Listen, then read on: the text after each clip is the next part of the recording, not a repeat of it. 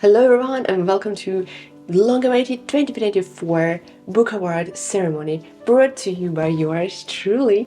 Today we will be unveiling 10 best books of the year across various categories. The only requirement for a book to qualify was that I read it this year out of total of 60 contenders. That said, I must admit 2024 hasn't been a particularly stellar year for amazing reads. Still, I want to celebrate the highlights. Those books that brought joy, surprises and unforgettable moments. So without further ado, let's get started. The best surprise! Surprise, surprise, our first category celebrates the book that exceeded my expectations the most. I know it may sound odd to read the book that you don't think you'll enjoy at the first place, but that's a topic for my therapist. And honestly, I read so many books this year that I wanted to put here, but one book had the most difference between expectation and reality, and this book is Eat, Pray, Love by Elizabeth Gilbert. The book was wildly popular a while ago, so long ago in fact that many of you might not even remember what it is about. In short, this is a story of a woman navigating an early midlife crisis by leaving her home for a year to travel the world and rediscover herself. She visits 3 countries, Italy, Indonesia and India, and share her journey in this book. I was skeptical at first, especially because of the spiritual aspects, which I found usually off-putting. I don't want to read a half non-fiction book about all this stuff. No, sorry. But to my surprise, those elements weren't overwhelming, and I find myself enchanted by vivid description of countries, the humor, the memorable people she met, by the Gilbert's engaging writing style. And I can only recommend this book actually. The best friendship. I personally extremely value friendship relations in books and literature. That's why I'm constantly seeking for books with a good friendship. I honestly love these books even more than romance stories for some reason. And this year I want to praise The Crooked Kingdom by Lee Berduger for the best buddies of the year. And this category I have at least something to show. That is very good thing. I have a physical copy, and I need to note here that I specifically chose the second book in the series for this category, and I also read the first book in 2023, so I couldn't put it here even if I wanted, but we are not talking about this. Anyways, in the first book, our main characters were not a group of friends, but more just the people who found themselves in that situation. But in Crooked Kingdom, after enduring so much together, we see how their bonds flourish into real camaraderie. Their banter, loyalty and willingness to protect each other made me fall in love with this book. Not to mention the creeping plot twist and the emotional highs and lows. If you haven't read it yet, I highly recommend giving it a try. The best comeback. Well, I should make a confession here. This whole category exists solely for one and only one book. I didn't even anticipate this book to be published. I was hugely surprised to notice this book in one of the booktube videos back in spring, and I was very happy about that. I'm speaking about The Sunshine Chord by Nora Sakavik. As a massive fan of all for the Game trilogy, I was thrilled and shocked to find this unexpected continuation.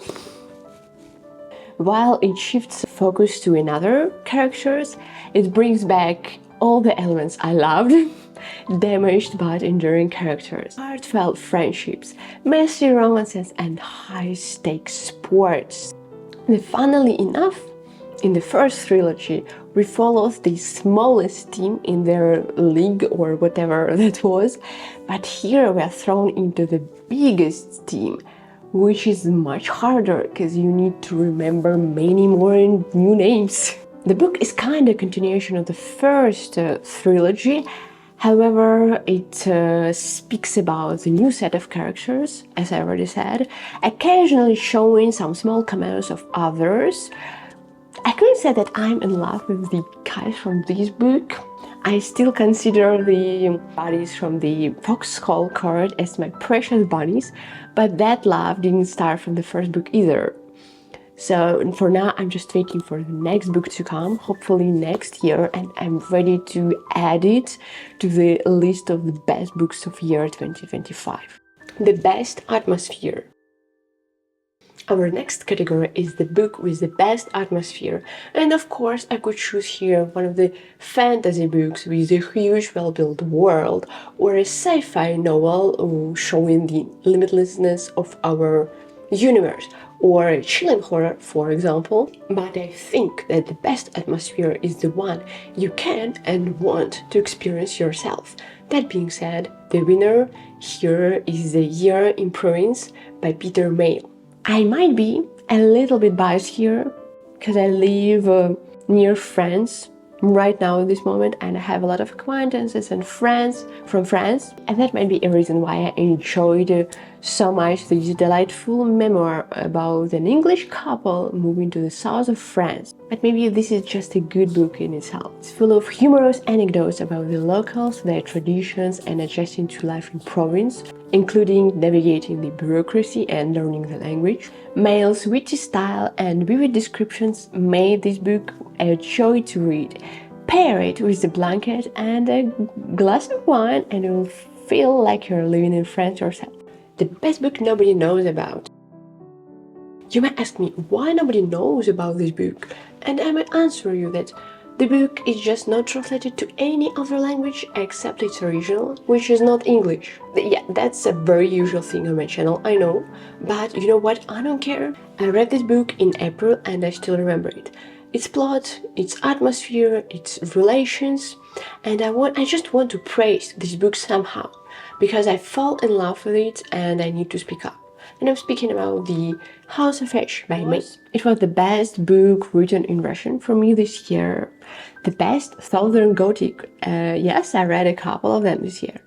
The best book about voodoo, and yes, I read a couple of them too.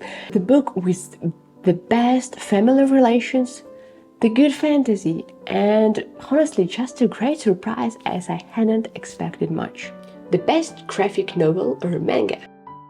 Previously, I rarely read any comics or mangas whatsoever, but this year I read some.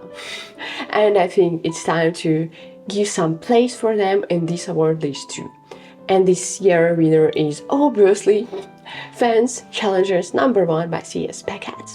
I love everything about these comics. I love its drawing style. There are sweet characters, there are funny interactions. I love how an outsider team goes to the victory and fulfillment of their dreams. Packard has a way of making even fencing feel thrilling.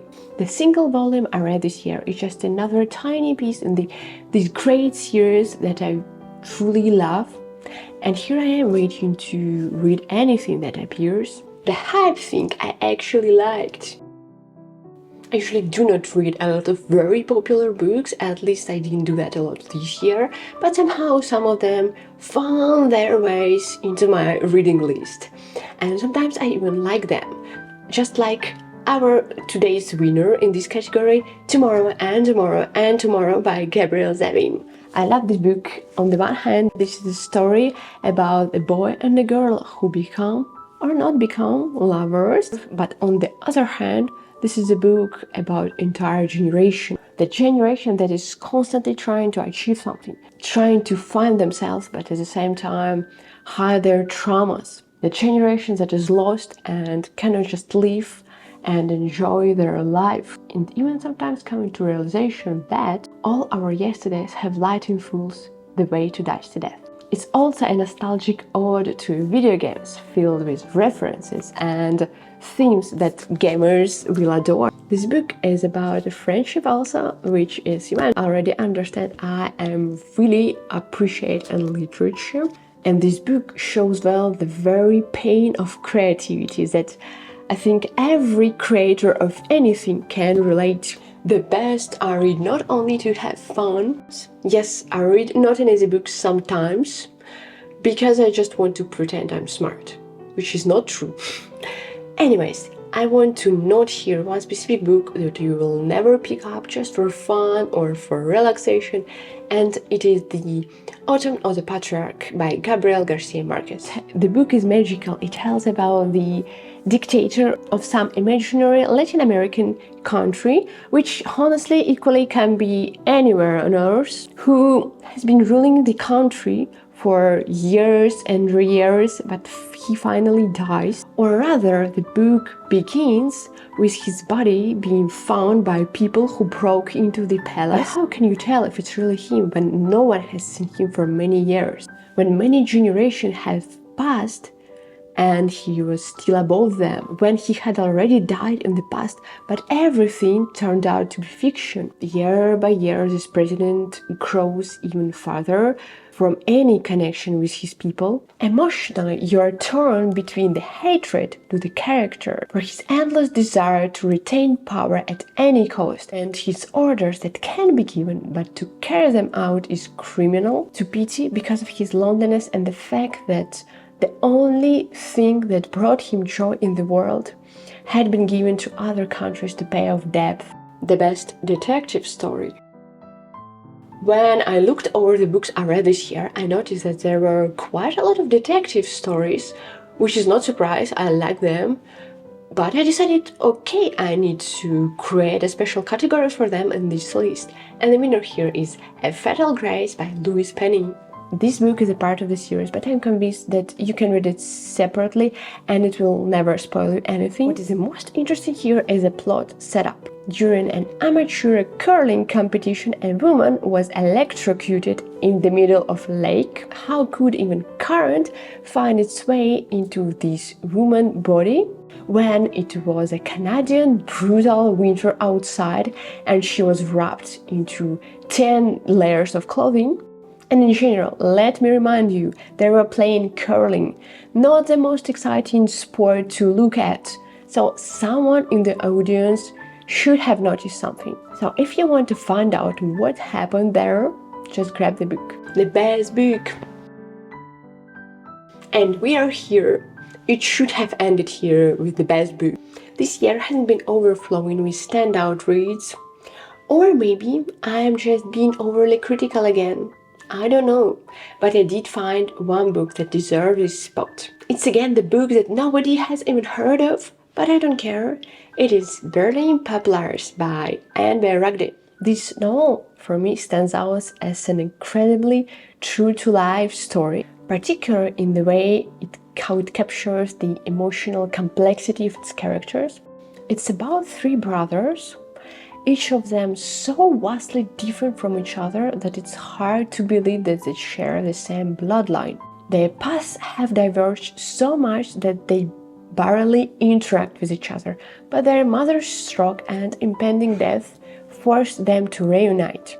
What makes this book special is how it immerses you in its emotional world. As you read, it feels like returning to a place from your own past, full of memory that both cherished and painful that you've long tried to forget. This book touched me on a profoundly personal level, and despite its obscurity, I couldn't find a better choice of the best book of this year for me. And with that, our ceremony comes to an end. End of the year, next year is coming. Let's make it better together. Tell me down in the comments what were your favorite books of the year. Subscribe to my channel if you want to see more bookish content from me. Good luck, happy reading, and see you next time.